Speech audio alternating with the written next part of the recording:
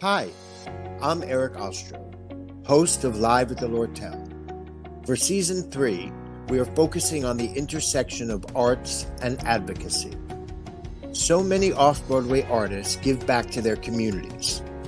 This season, we are giving them the opportunity to speak about how and why they chose the causes they devote themselves to, and how those causes help make them the people and artists they are today.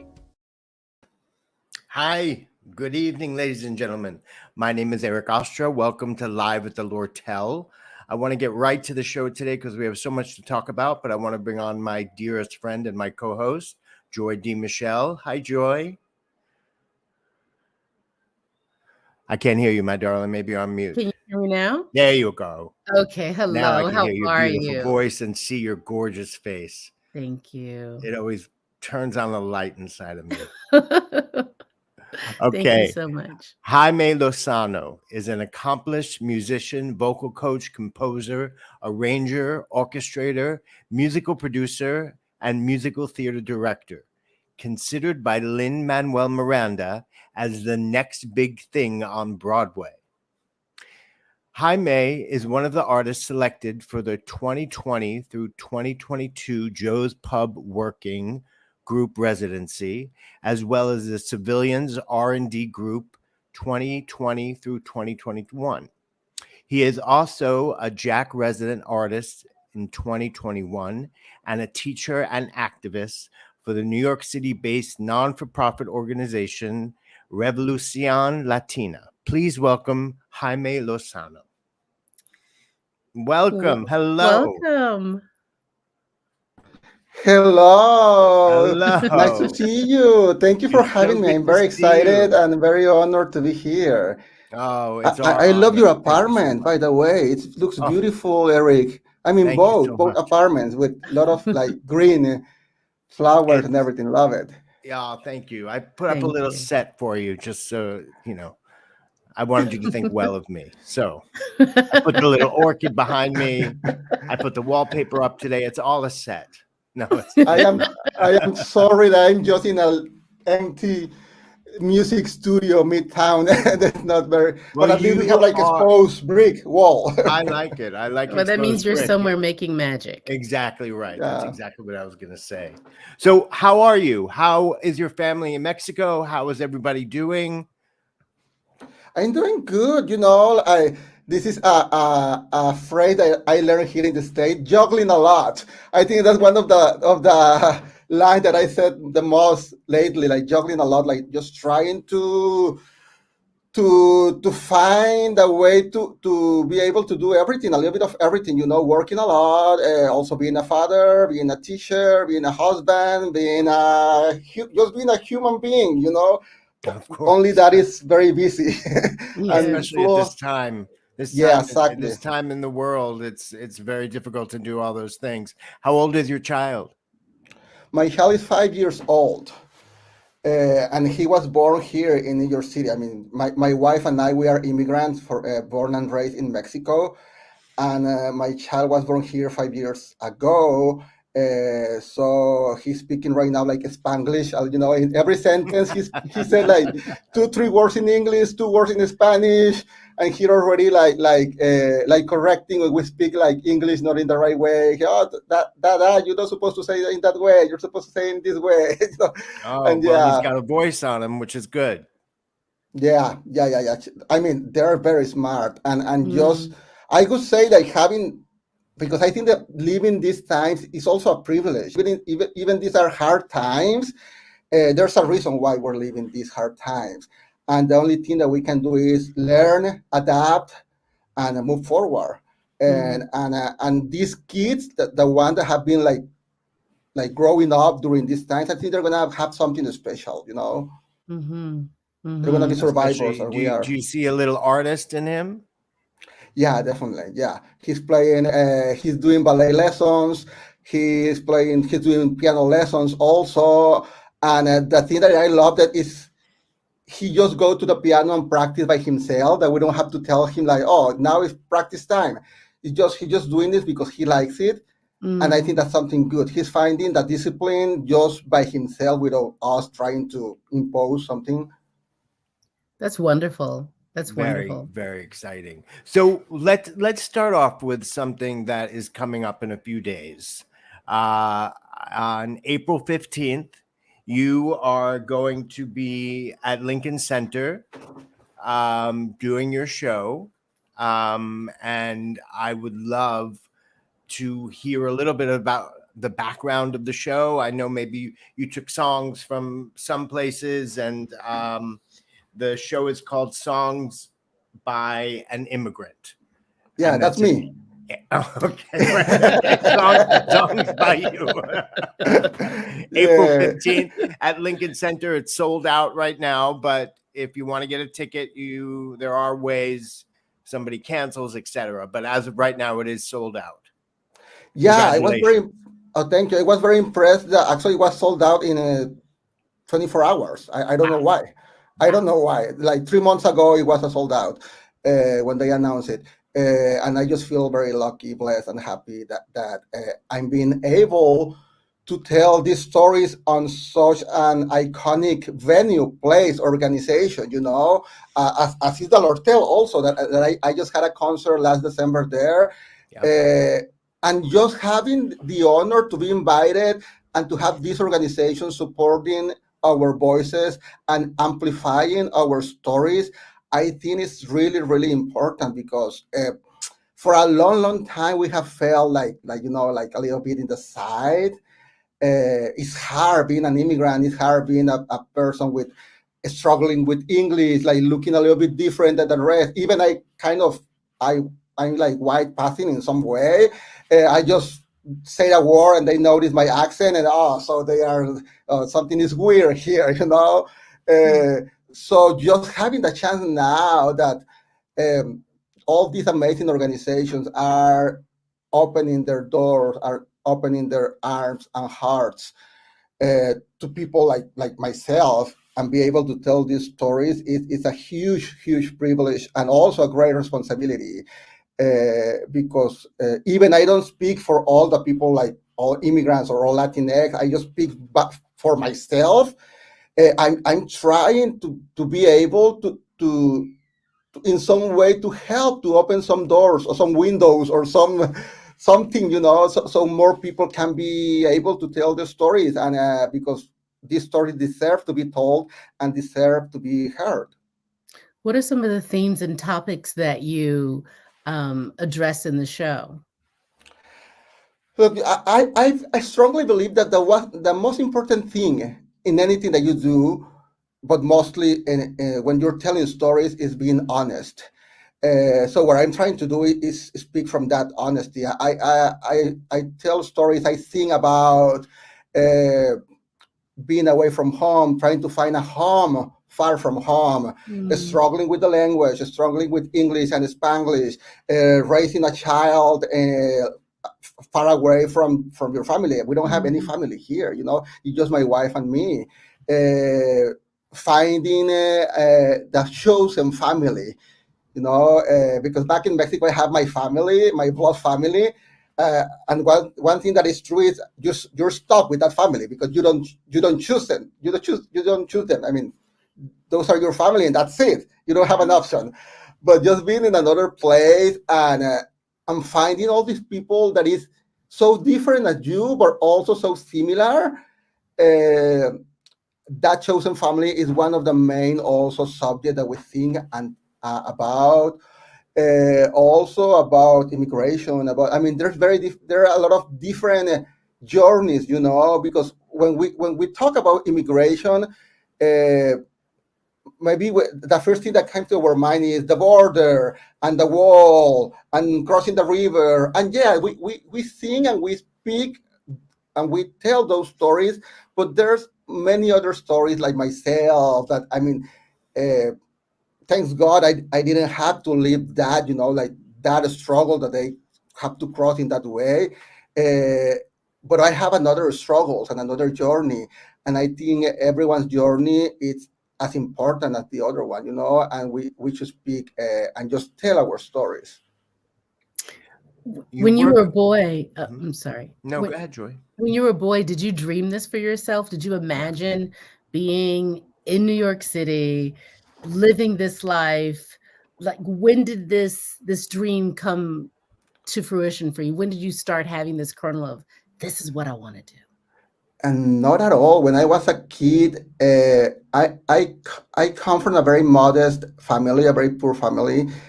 Even I always have everything that, I mean, they always take care of me. It's not like I was struggling. Like, I didn't realize that they were like really poor because they always were providing for me.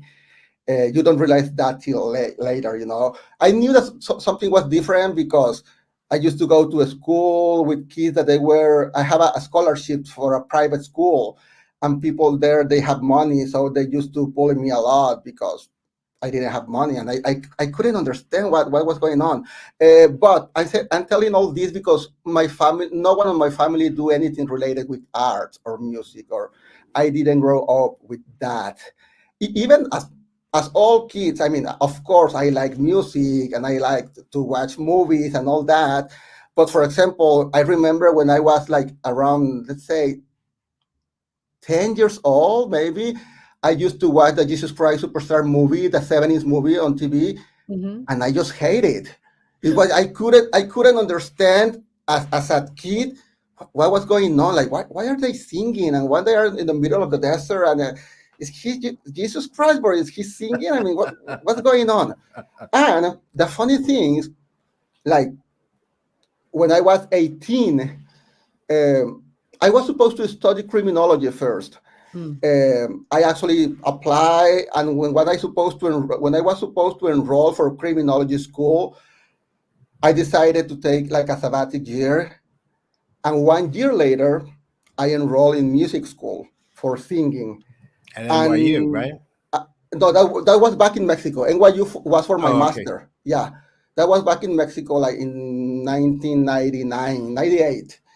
And the first year, when my first semester, there were having auditions for a musical, and I auditioned for the show, and I got cast as part of the ensemble.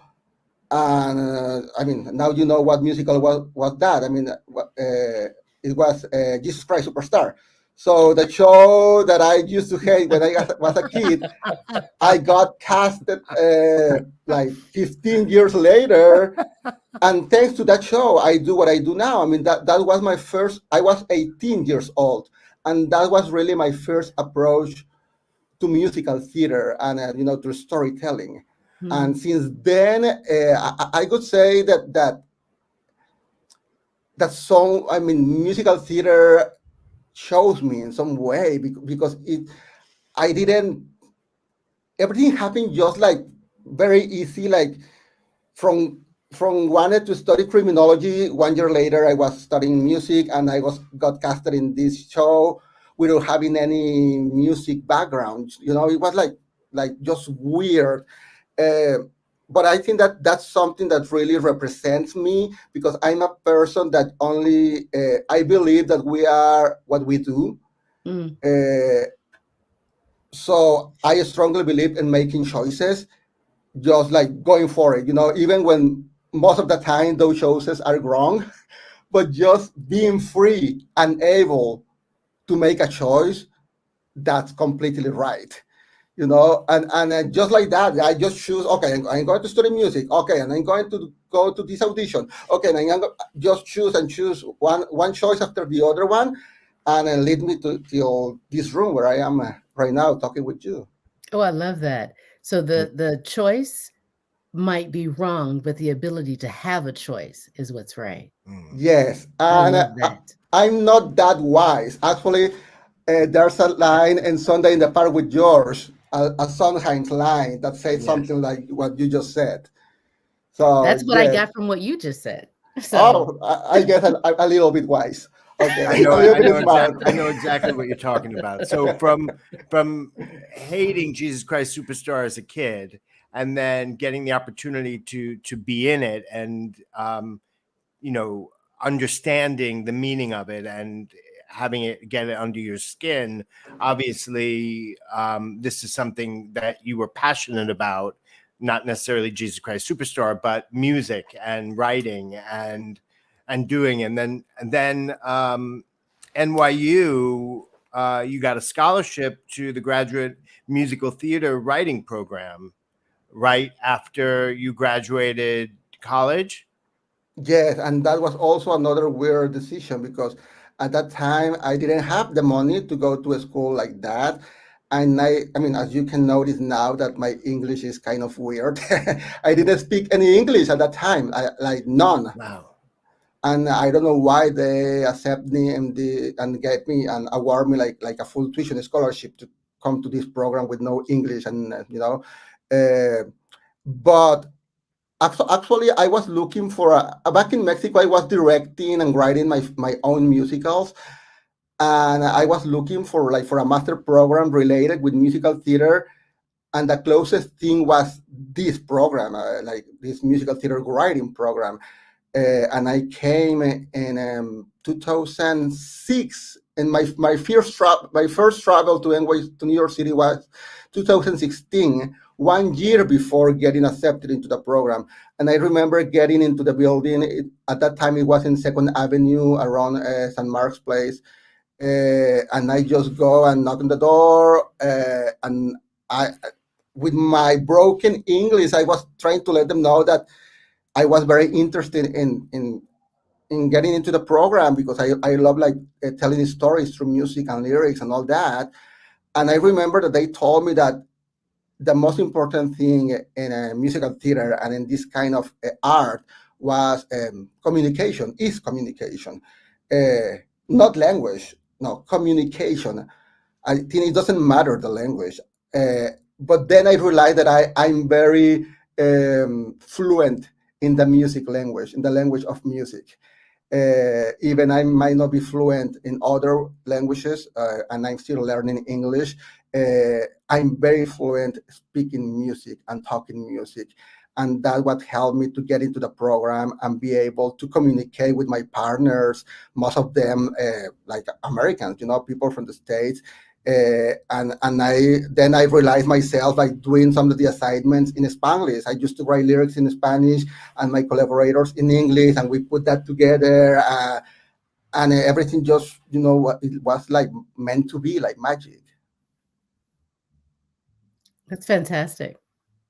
Eric, I think you're muted. Are you trying to say something? I am muted. Yeah, sorry. I didn't want my Darth Vader breathing to come through. You first premiered Songs by an Immigrant in 2019. I'm really curious why you chose that word and this show, since right now it can be very politically loaded. I have a friend that he said that we are all immigrants at the moment that we leave our mother's womb. We are 9 months or 7 months or whatever is the time when we are there in this very safe world or country or place, and then we break a border. Yeah.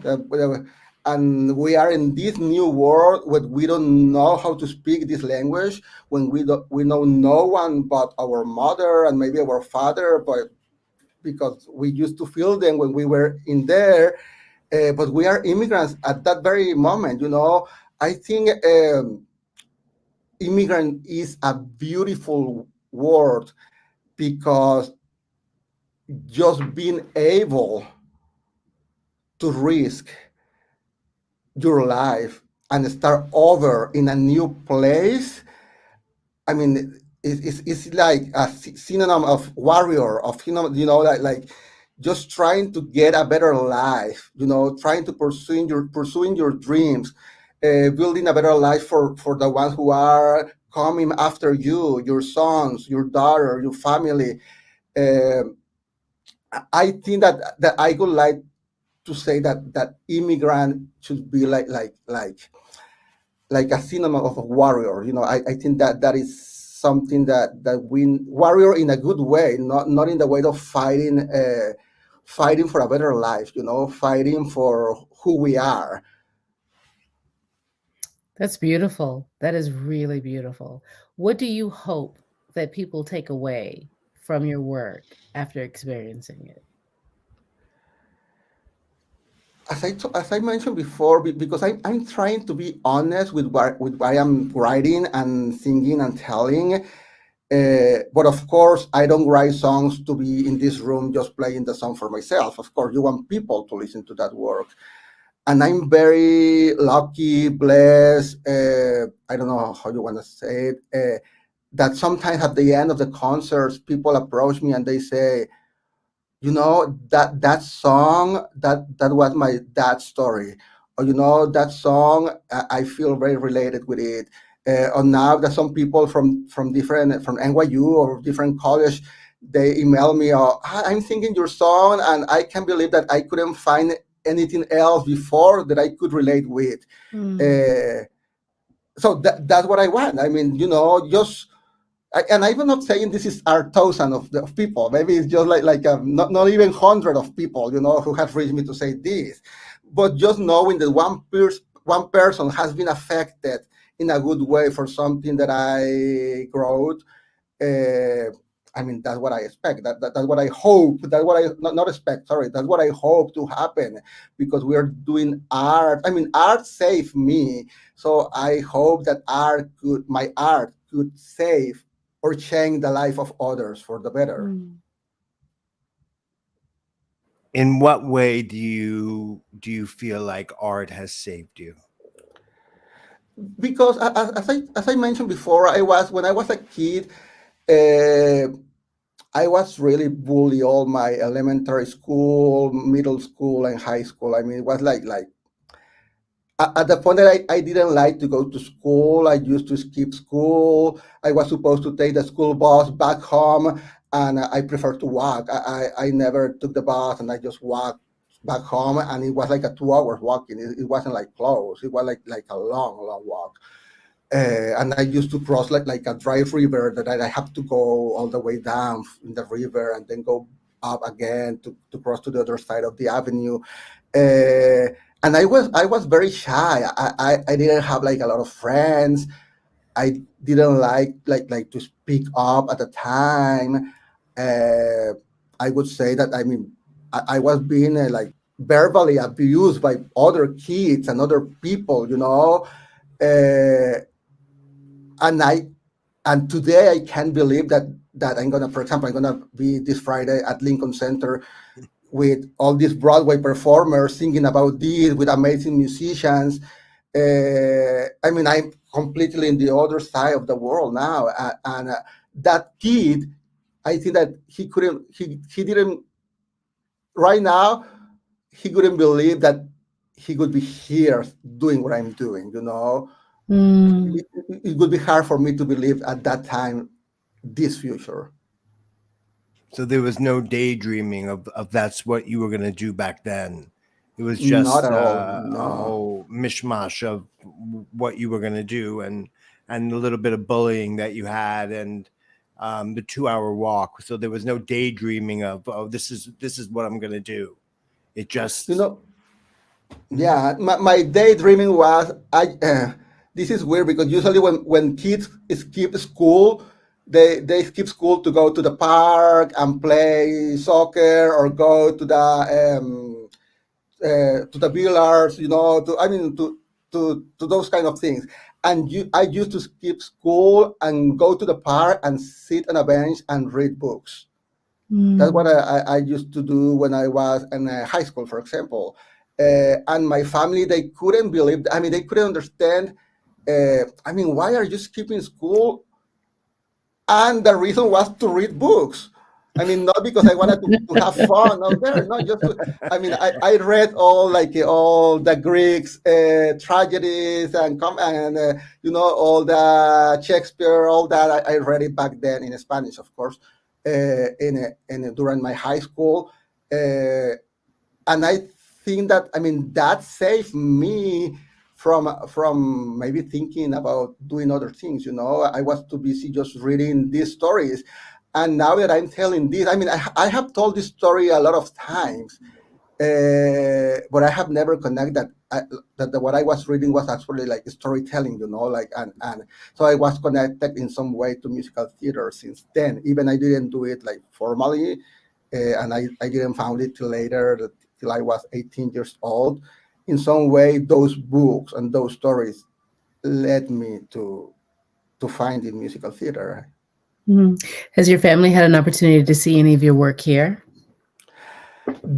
I mean, my unfortunately, my mom passed away when I came to NYU. I'm sorry. Uh, Sorry. she had a she had a brain hemorrhage like a couple of Oh, months after I arrived here, and at that time I used to blame myself, like, because she was very worried because I was here with no I'm so money, sorry. blah blah blah. So it was really hard.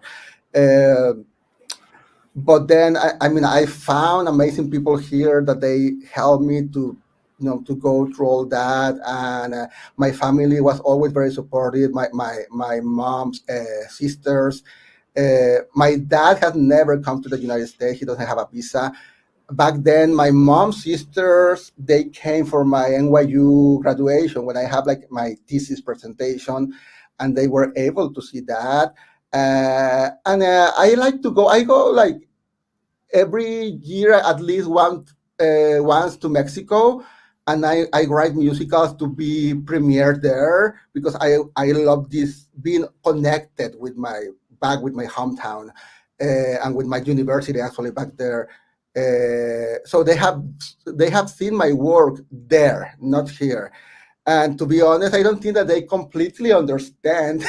It's hard, because they know that I Hmm. write songs and I write shows, but they don't really know what is the process and everything that is behind that. Uh, and that's the beauty of all this, that even they don't understand completely, they were very supportive from the first day. They never question, wait, why are you studying music now when we were supposed to study criminology 1 year ago? Or wait, why now you want to go to New York City? I mean, they never question any single thing. I mean, they always were very supportive, even without understanding really what is the business and the industry. uh, and then that's what I'm trying to do also with my son, for example. Now, just trying to be supportive as I can. And speaking of which, I'm glad you brought it up. Can you walk me through a little bit about the creation of work from concept to concert to the show? Can you walk me a little bit through your process and how it works? In general, or about these songs by an immigrant? Whatever you want to talk about, whatever is right here. Yeah, I definitely think that the first thing is you need to find something that you really feel connected and related with. Of course, I mean, they ask me this question a lot. Oh, so you are a Latinx immigrant writer, so you only can write Latinx immigrant stories? And no, I mean, I can write fiction and I can write other kind of stories, but I know that I need to be really respectful with others' stories.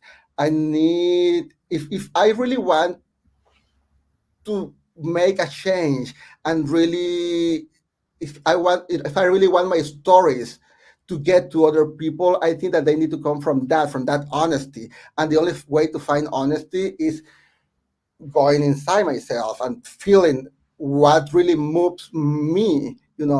I could do this for money and just write songs like crazy, but if I'm not feeling connected with that, I mean, I don't think that anything's gonna happen with those songs. And not only, I mean, I could be maybe rich now, but maybe nothing's gonna happen with me. You know, Mm. even the songs maybe can go places.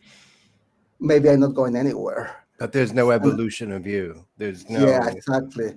You're And not going and to the next step. You're just doing it for the money or the riches or the fame. yeah, exactly. And I think that, of course, we all have to have I mean, a stable life. Maybe I don't want to be like millionaire, but I want to be able to have a good life. But I think that eventually is gonna come. I mean, I'm having a good life, of course, and I enjoy every single day. I like to say that you have to enjoy even when you're sad and when you cry. You have to enjoy every single moment, and no matter what, and you have to enjoy the process. So once you found that thing that you really connect, it's like just making one choice after the other one, and just being able to enjoy the process of writing. Right now, my process has been really challenging, because the last 2 years I have to sit in the computer or in the piano, and I'm writing a song, and 1 minute after, I have my son on top of me, because he was there. I mean, he wasn't going to school. He was there the whole time. So I say to my wife, in 10 years, when I look back to see, oh, why this song is so weird, so this doesn't make sense. Oh, I know why, because at that moment I was writing that song, I wasn't able to finish the song because my song was all over me, and then I have to finish the song like the next day or 3 hours after. So, but I'm not complaining about this. I have to learn to enjoy the process of writing with my song in the room, and with my song with the TV turn all the volume up, and just I'm listening to all these cartoons, and I'm trying to write, and it doesn't affect me in a bad way. I mean, that's my life, and I'm there, and I have to be able to adapt and to enjoy the process. And I'm sure that if I'm honest, I relate with what I'm writing, and I enjoy the process.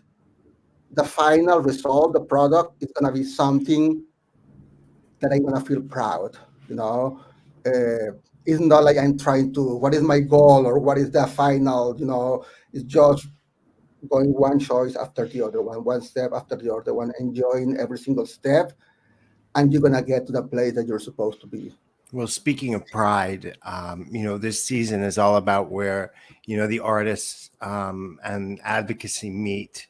And I would love to talk about Revolucion Latina and your involvement in it, and where the idea came from. And I would love for you to just talk about it. I mean, I know it's about making a difference in the arts, but I want to get your point of view about why this started and what you put out there for this. Yeah, Revolución Latina, that actually is written R period Evolution Latina. It's like a revolution of evolution. I found this organization back when I was at school back in 2007, 2008. It is founded by Luis Salgado, who was part of the cast of In the Heights on Broadway, and was actually the Latin choreographer for that show. And at that time, they founded this organization with other Latin Broadway performers, and they got support from Lin-Manuel Miranda and all the people involved in these shows. And they have different ways to work. And one of the things that they do is bringing education, like art education, to kids, like in the Bronx and different communities that maybe they don't have the opportunity to have this kind of education, and they do like after school programs. I remember back at the time, I used to go to a high school in Brooklyn that it was a refugee high school. So I had a choir. I used to teach music and songs from musicals, and we used to sing with people that they were refugees. I mean, that they came here escaping, from their countries, from their situation back there. And like that, I mean, they go to different schools. They take kids to Broadway. They do summer camps with kids. They actually also do like adults programs to performers, so they can have like dancing classes and singing lessons and all that without being worried about money. Just like free classes and all that. And they have been supporting. I mean, when the earthquake in Mexico City happened a few years ago, that was really terrible. They went down there and they support. They went to Puerto Rico to help also when there was I forgot what is the word in English, the hurricane. A hurricane?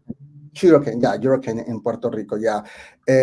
So it's an organization that even the focus is art and trying to make that change and that evolution through art. They are really involved in communities, and trying to make that change. And what I feel very like close to it, because when I was that age, it was the time that I felt like I didn't know what to do. That I used to be bully and all that. So just like having the pleasure to see these kids when they're having these summer camps, and sometimes I have been teaching, or they bring like Broadway performers to teach them, and just seeing that look in their eyes, like that light and having fun. And um, I wish in some way that I could have that when I was a kid, but there's a reason why I didn't have it, and that made me what I am today. Mm. Hope that other kids, they couldn't pass through many of the things that we had to. So we are here to try to make a life better, not for us, but for the people behind us, for those younger generations, so they don't have to go through. I wouldn't say through to difficulties. No, they have to go through difficulties, but they don't have to. They shouldn't have to go through things like bullying and like abuse, and like, I mean, things that it shouldn't exist. Of course, life is hard, and there are going to be a lot of challenges and difficulties, and they're going to have to learn how to raise above that. But we can make their life a little bit less heavy if we take away all that thing that doesn't help them. Mm. Mm-hmm.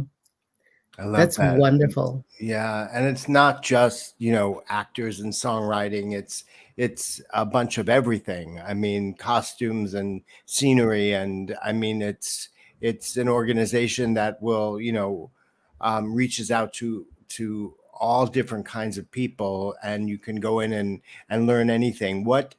How do people take part in it? How do we volunteer our time for the organization?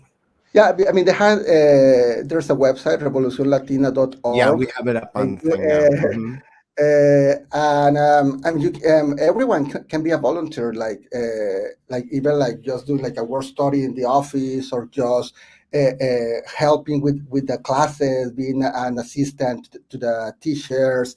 At that time, I mean, we used to do like, I mean, today Broadway is just trying to come back, so it's hard right now. But we used to do like trips to see Broadway shows, and volunteers coming to help with the kids. I mean, as you say, there are many ways. We even did an album. We recorded an album back. Oh, it was like many years ago, like more than 10 years ago, with Corbin Blue, Andrea Barnes, Janet DeCal, and through that album they have been raising funds to do more programs. They have done like shows, like actually like performances of shows in different places, and I have been collaborating with them in many capacities, like producing and arranging the music for the album that they did, teaching the summer camp, going to teach to schools, going after Broadway show with a red bucket, because Revolución Latina is part of Broadway Cares. So just being on the door with a red bucket, just asking for support for the organization. So I have been helping in many capacities, and it's part of my chosen family also. So I'm very glad that I found them, and then I can be help in some way. Mm-hmm. I have two questions. One, is there a tab on the website for somebody to make financial donations? That's the first question. Yeah, there is. Yeah. You go to the website. They have different programs. Sometimes, I mean, I think they have like a tab that is there the whole time, but also they have like a season program that they have like a dance-a-thon, and they have a like a goal to reach money during that specific program. But yeah, you can go visit the page, and everything is there. Fantastic. And then the other question that I have is, if you happen to know, and and if it's on top of mind, what would you say would be one of the top 3 needs that the organization currently has in the event that somebody's listening, that you're like, we really need this right now? I I would say that one of the things is, I mean, people is gonna always be of need, like having volunteers, having people with different skills that can help to spread the mission. I mean, definitely. Also, I mean, they have a location on the Equity Building, actually, here on. I'm actually like 3 doors away from there right now, because they are part of Broadway Cares, and we go to schools and do all this program, or we rent a studio. I mean, just renting per studio. You know how expensive is that? Just renting per studios for 2 or 3 weeks during the summer. I mean, that's crazy expensive. So unfortunately, everything translates to money sometimes. But that would help to rent a studio like that, or that would help to send teachers to the different high schools, different locations. That would help to buy tickets to bring kids to schools. So definitely donations are always. It's like when you want to give a gift to someone and you don't know what to give them, and you're not gonna buy a jeans or and you just buy a card, because okay, this is a card, so you can spend this on the gift that you want to. I think they have very specific needs about locations, about programs, about T-shirts, that every single donation, and it doesn't matter that the amount is going to help to be able to spread that mission. Fantastic. So for people listening, it's REVOLUCIONLATINA.org. Thank you, Joy. Mm-hmm. So, I would love to talk a little bit about your wife. You and your wife work together very often. Am She's I correct? my favorite collaborator. Yeah, she's my favorite I would hope storyteller. so. Yeah, she is. Especially if you're saying it online, right? So you've created art together throughout your marriage, but this project in particular was the creative dynamic. Is there anything different this time for what's happening at Lincoln Center? Has it evolved and changed with the two of you working together on it? It's like this. Our life is that we don't know the line between husband, wife, collaborators, writer, singer. It's like we're all the time like crossing those lines. That's our life, and we are like creating and being creative. And I don't know how healthy is that, to be honest, but that's our life. It's like we are having dinner, or we are like supposed to be talking about something else, and then we got an idea about a song, or about a show, or about a project, and we're just like that, like just going back and forth and playing all these different hats at the same time, in the same way that, for example, at home, like we do exactly the same. We have the same roles. I mean, that's one thing that I love about our son, that for him, it's not like, oh, your dad is for this and this and this, and your mom is for this and this. No, he asks us exactly the same. It's not a difference because she is his mom and I'm his. It's exactly the same. We can do exactly the same, like taking him to bed or to the park, or making lunch or dinner. we are exactly the same. And Mm. also when we are collaborating, it's like we are trying to play in that way, you know, in the same level of communication and creativity. And even our son now, sometimes he's like giving us ideas also. And I'm gonna tell you a thing. To be honest, I'm a little bit nervous about the upcoming concert. And this morning I was signing some CDs because I'm gonna like give them in the concert. I was just on the table by myself, and then my son, 5 years old, come to the chair and sit and watch me, and he say, "They're gonna love you." And I just said, what do you mean? ¿Por qué dices eso? Why did you say that? Because you are very cool. I have watched you before, and you rock. Oh. And that's what he told me this morning. I have watched you before, and you're cool and you rock. Because he's always with us in every single concert and every single rehearsal and every single. So that is part of the dynamic of being an artist as a family, as immigrants struggling in this city, with him being with us the whole time. So all that is part of the show. Mm-hmm. But my son is gonna be there. I email Lincoln Center. You know, my son is gonna be there from the sound check. So he's vaccinated. If you need him to test, he can test. He doesn't like it, but he knows that he has to. Yeah, but he's gonna be there. I'm not asking you your permission so he can be there. No, I'm telling you, he is gonna be there. So tell me if he needs to test, what does he need to do to be there? And they of course they're very nice, and they say, oh no, of course, yeah, he can, and he's gonna be there the whole process, sound check, the concert. Sometimes people just like film it, and he's like clapping during the concerts and screaming and singing the songs. I mean, that's who we are. And I'm just sometimes I was having this conversation with Andrea Barnes because we have a rehearsal yesterday and she had a son that now is 18 years old, and Yeah, he's a director. yeah, a filmmaker. Yeah. He's doing a film now. He's going into filming school, and I was having this conversation that sometimes I feel worried that I'm not doing the right thing with my son. I mean, that he's with all the whole time. He has no routine.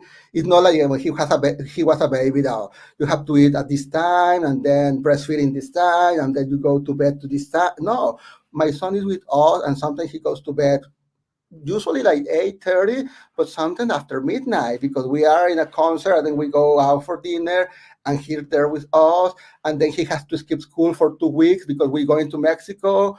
And the principal and the teacher are very nice and very supportive with us, but sometimes we realize, oh, maybe he's not reading as fast as he should, or is he, or maybe he's not writing and we don't know what to do, and we feel like we don't know if we're doing right. And Andrea told me that the best thing that you can do for him is love him. I mean, that he feel loved, and knowing that he's with you everywhere and he's part of your team. That's another thing that we tell to him. You're part of the team. This team doesn't work if you don't do what we're supposed to do. Okay? So you have to behave. You have to sing. You have to do this when you're supposed to do this. I mean, but if you don't do it, this is not gonna work. And he's so smart, and he always like do exactly what he needs to do. You know, of course, as a kid, he's a kid, but he's understanding all this. And I don't know what did you ask me before, and I don't know why I'm saying all this. That's okay. That's right. It's good. You're on the right path. Yeah. But what's incredible is that you're raising this child within an artistic community. So you have a built-in babysitters. You have built-in people that will watch him. You have, Yeah. I mean, he is learning theater craft, performance, singing, music, backstage, props. I mean, he's learning everything from the ground up. And to me, an ensemble, especially at the Public or Joe's Pub or wherever you've been working, especially in Mexico, I mean, it's an artistic community is the family that we choose, which is what you said before. The family, they're not blood, but they might as well be, because they are your chosen family. Mm-hmm. And you're lucky enough to have a child who is surrounded by this artistry. Yeah, and welcome to the family. Welcome to La Familia, you too, and all the Lortel team. Yeah, and that's why this project is called Jaime Lozano and La Familia. I mean, La Familia is this all people like you, like me, like my Broadway colleagues, all, like we are sharing a journey, we're sharing struggles, and we're sharing joy, and we're just sharing a life, a path, and we are here for each other. And that's what I love about musical theater and about New York City and the Broadway community. I mean that it's really a community. I know that we have been struggling with all these diversity, racism issues, that they are real. Of course, they are real. Mostly at the high levels, they are real. But we're not against each other. I mean, we need to work as a community, as a family, with each other, so we can make a change. And I think it's the only way to make it happen. And yet we are a community. I strongly believe that we are a community, and it's the only way that we're gonna be stronger, and we're gonna be able to put our stories out there, like Latinx stories, African American stories, Black stories, Asian stories. All we are a community together. Even I respect all the individualities, because even as a person, as a human being, I'm different to people like that they were born the same day, the same city, and the same, and I mean, we're all different. But knowing those differences, we need to learn that we're not against each other, and we need to find a way to get together, especially like doing art and in this community also, because we're gonna be stronger supporting to each other. Yes. Yes. Do you feel a change in the community and in the theater? Do you feel any sort of shift towards the betterness of it? I would like to think that there's something is happening. Maybe it's not as fast as we would like. I mean, we also know that this is an industry and this is a business.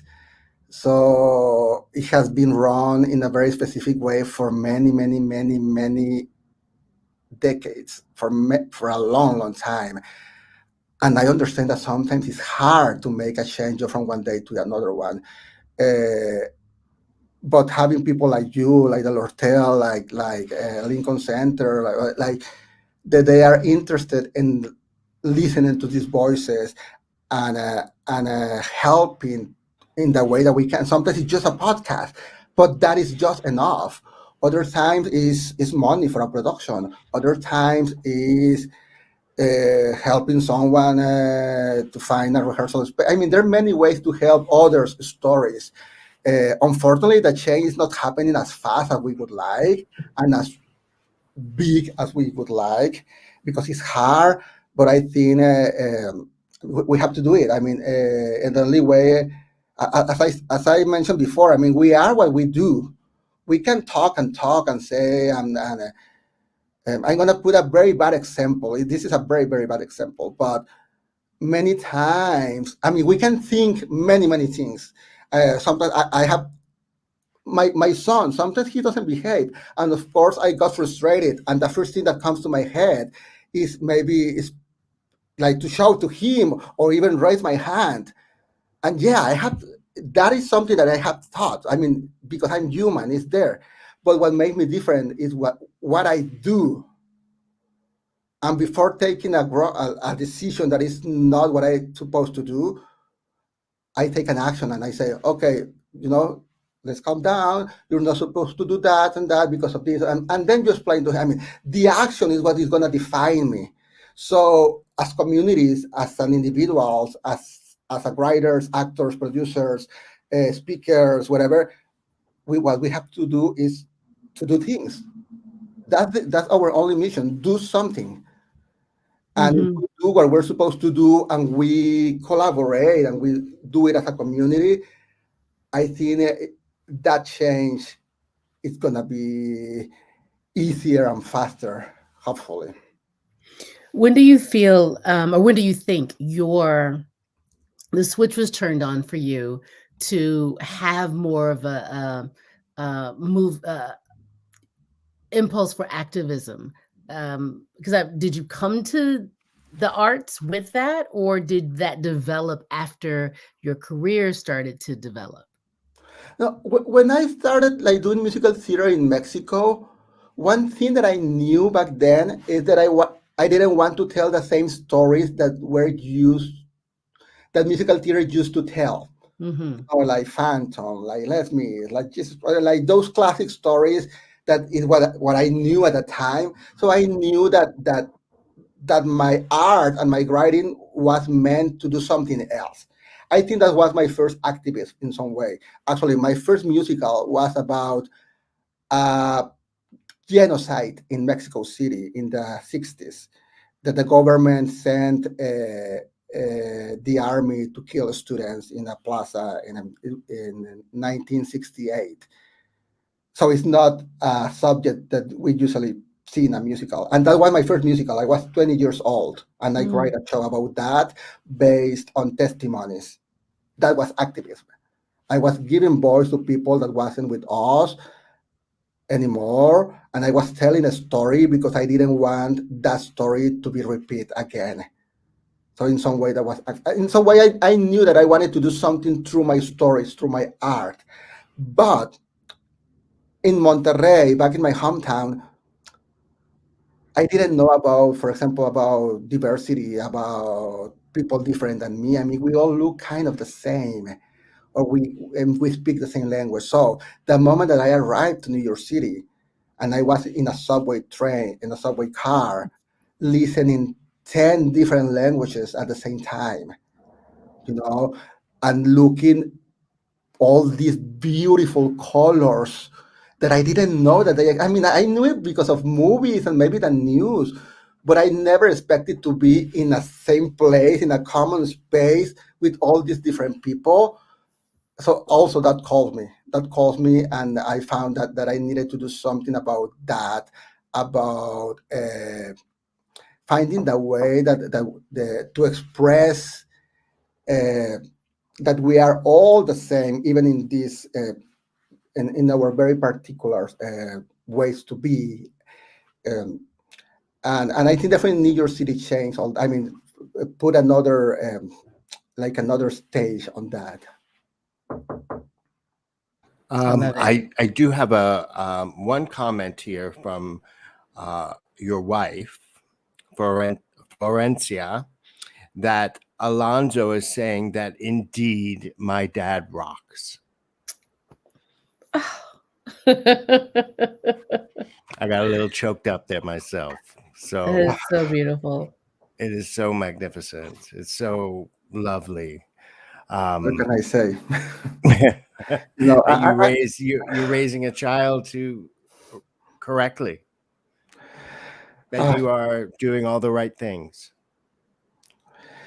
we're trying. I think that there's not a book there's not a book about life, unfortunately. Unfortunately, but fortunately also, because then Yeah. that's why we are able to learn and to live our own journeys. Uh, but definitely, the book that we have is what other people have been going through, Mhm. and we should learn from that. And I mean, I learned from my mother and my father's. Also mistakes maybe, and I'm trying not to do that with the people that is with me, and but I have, I have one final question, Jaime. What is your hope for off Broadway and Broadway and the arts in New York and in Mexico and all across the world? What is your hope? What is your hope for the future, for the near future? my hope is that all stories has the same importance, that Mhm. right now unfortunately we have to label stories, and we have to say this is a Latin story and this is a Black story. And I hope that one day people just get into the theater to hear a story, and yeah, you're Doesn't gonna matter see what it Black is, right? people. Yeah, you're gonna see Black people. You're gonna see Mexican people. You're gonna see Asian people. But you're gonna. We are all the same in some way. It's. I think that our stories need to get to that point that we're not a token. We're not that diversity. Right now we are diverse and diversity because we're a minority. We're not really a minority. We are a minority only because the people up there are choosing some kind of work or some kind of stories.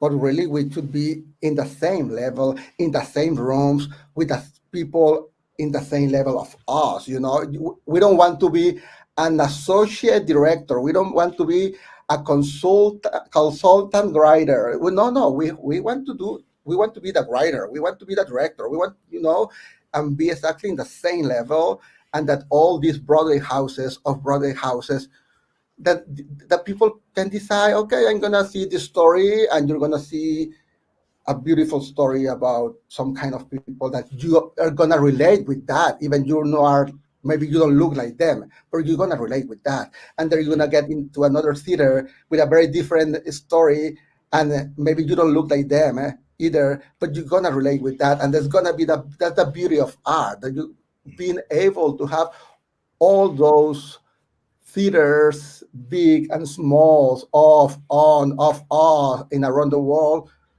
with stories about us. That's a great way to come to this end. Unfortunately, you have to get to rehearsal, I know, which is right upstairs, and this has been a very enlightening hour for. I know I speak for both Joy and myself. We learned so much, and you're a powerhouse in our industry, and a very special man with I can't wait to see what you do next. I can't wait. I um can't either. I can't either. Hopefully, let's see where life takes us. And yeah, of course. I'm really grateful for your light, for your soul, for your time, for your openness, and thank you for sharing this space with me. And I Thank you. hope that we can see each other soon Yes. out there, Yeah. and be able to hug you soon. Yes, Yes. that's what I look forward to doing when we meet. Is giving you a big hug. I'll get a Thank COVID test first. That is our show. Next week, Joy and I will get to sit down with the magnificent Linda Lavin. I am so excited to do this interview. I've been waiting almost 3 years. Unfortunately, we weren't able to align our calendars for this interview, and so we won't be able to have an audience join us for Miss Lavin's interview. But the video of our interview and the podcast will be released together on Friday, April 22nd. So you will be able to see it and hear it. Then on Monday, April 25th, Joy and I will interview the wonderful Jennifer Simard. Jennifer is a Tony Award, 4-time Drama Desk Award winner, 3-time Drama League Award, and Lucy Lortel Award nominee with numerous off-Broadway credits. Information about all of our upcoming guests and how you can attend one of our online recordings can be found on our website, liveatTheLortel.com. Thank you for joining us. Theater is open. So book your tickets now and go see a show. You won't believe how wonderful it is to sit and be back in a theater. And when those lights go down, we are one. Stay safe, stay healthy, and have a wonderful night. Thank you, Jaime. Thank you from the bottom of our hearts. Thank you. Gracias.